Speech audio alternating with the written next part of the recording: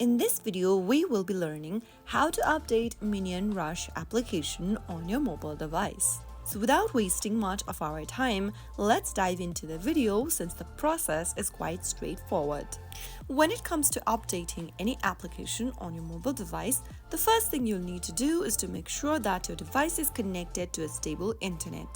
Go ahead and head over to the App Store icon from your app drawer and tap on it. Once you open up the App Store, search for Minion Rush in the search box at the top of the screen and search.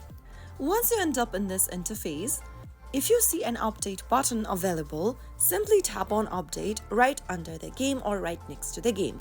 But if you see an open button, it means you've already been using the latest version of Minion Rush on your device. So that was how you can easily update Minion Rush application using a few simple steps. If you found the video to be helpful, go ahead and give us a thumbs up.